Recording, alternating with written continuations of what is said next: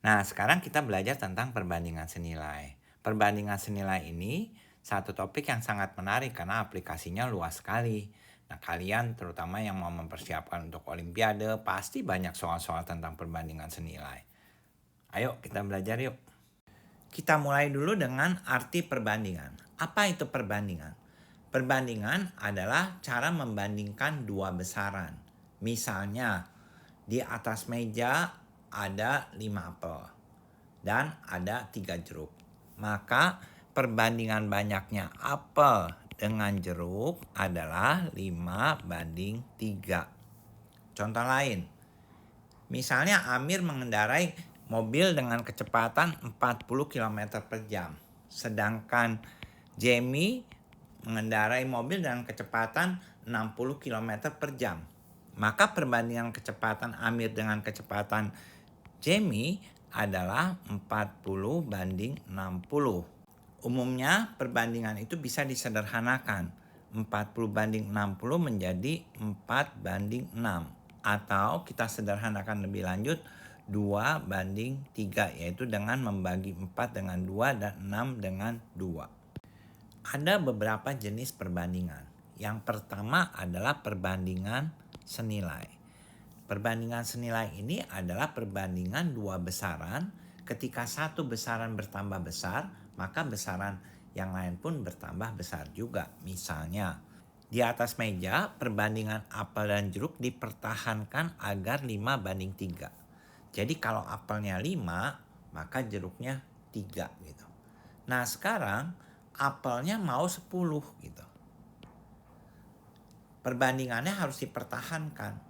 Jadi ketika apelnya bertambah dari 5 jadi 10, jeruknya pun harus bertambah, yaitu 3 menjadi 6. Nah, inilah yang dimaksud perbandingan senilai. Ketika satu besaran naik, yang besaran lain pun harus dinaikkan juga. Ada lagi perbandingan terbalik. Perbandingan terbalik ini adalah ketika satu besaran bertambah, maka besaran lain berkurang. Contoh, misalnya kita mengerjakan satu pekerjaan. Misalnya pekerjaan itu adalah membuat kolam. Kalau 10 orang mengerjakan, misalnya membuat satu kolam itu dalam 2 hari.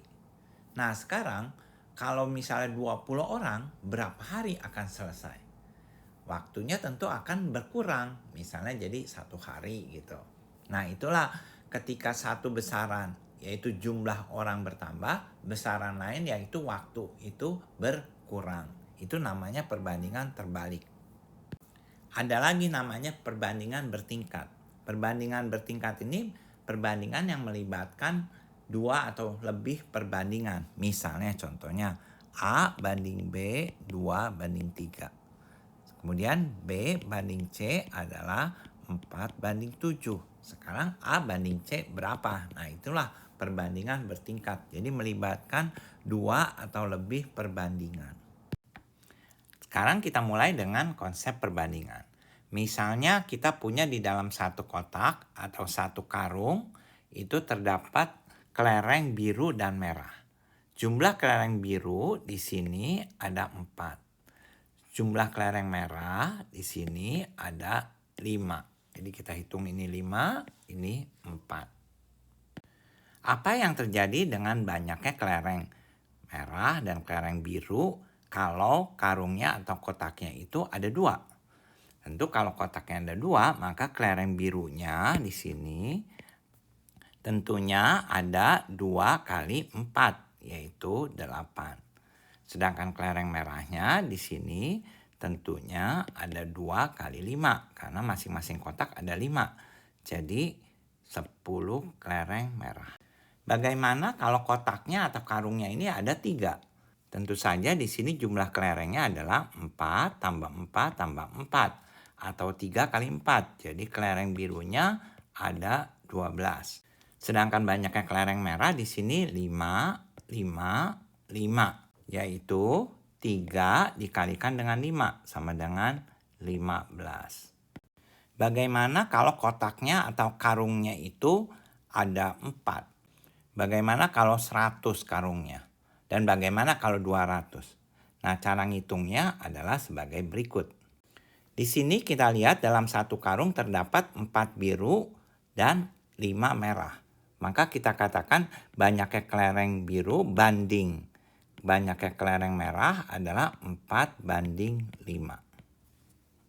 Kalau karungnya ada 4, maka birunya itu tentu saja 4 dikali 4. Merahnya tentu saja 4 dikali 5 karena karungnya ada 4.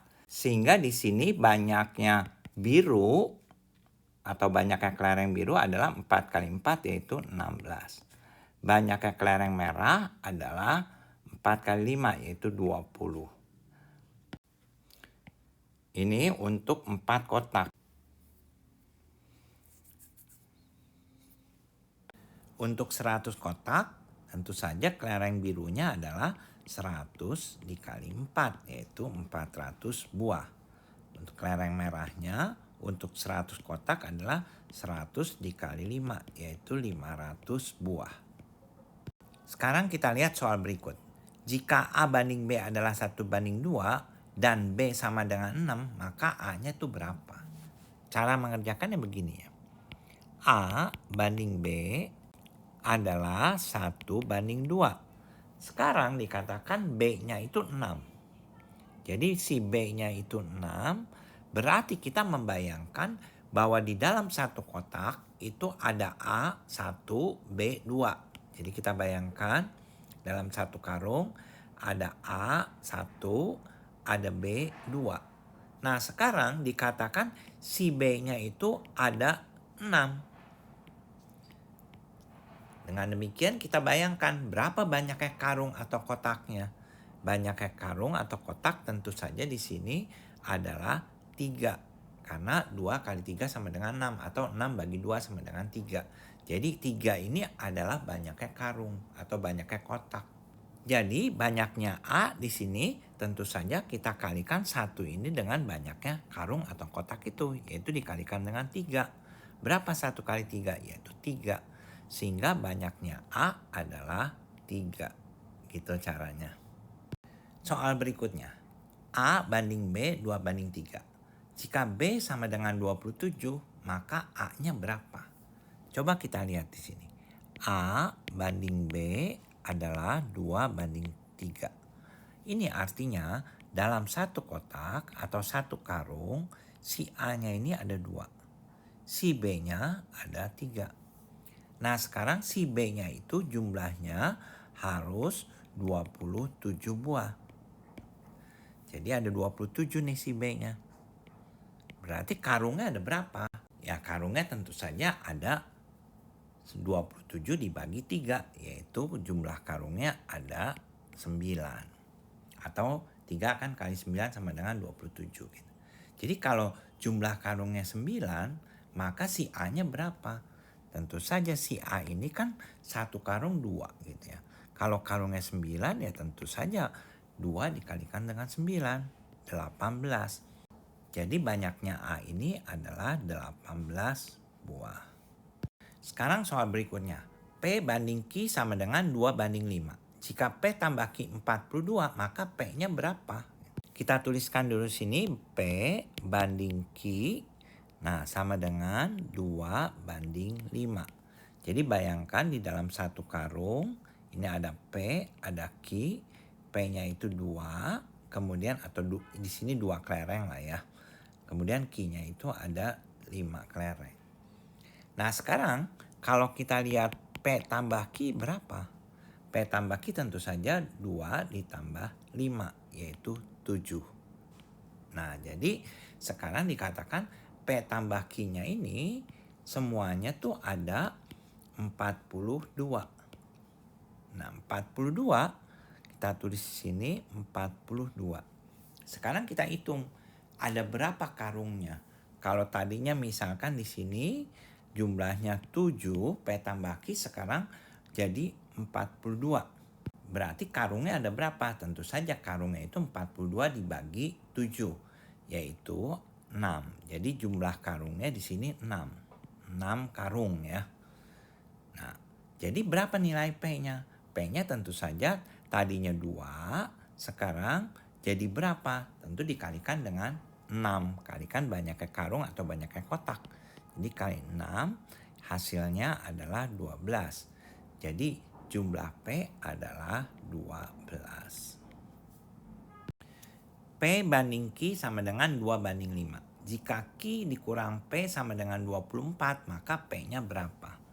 Jadi di sini kita punya P banding Q sama dengan 2 banding 5. Jadi kita bayangkan di sini ada satu karung atau satu kotak terdapat P 2, kemudian terdapat Q 5. Ini P, ini Q.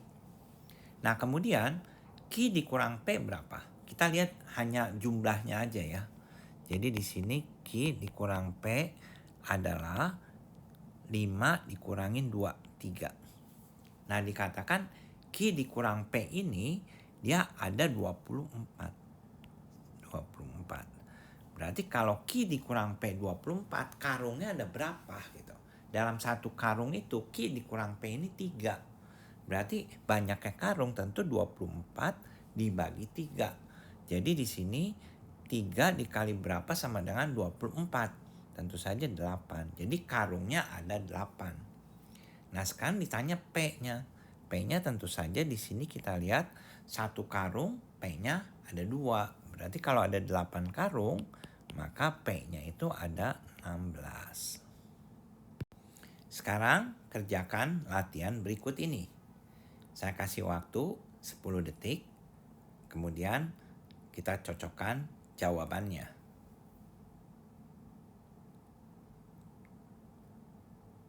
Soal nomor 1, karungnya tentu 6 bagi 2 yaitu 3. Sehingga B-nya 3 kali 3, 9.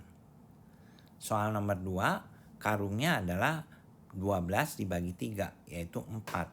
Sehingga A-nya 2 kali 4 yaitu 8. Kemudian soal nomor 3, karungnya adalah 25 dibagi 2 tambah 3. Atau 25 dibagi 5 sama dengan 5.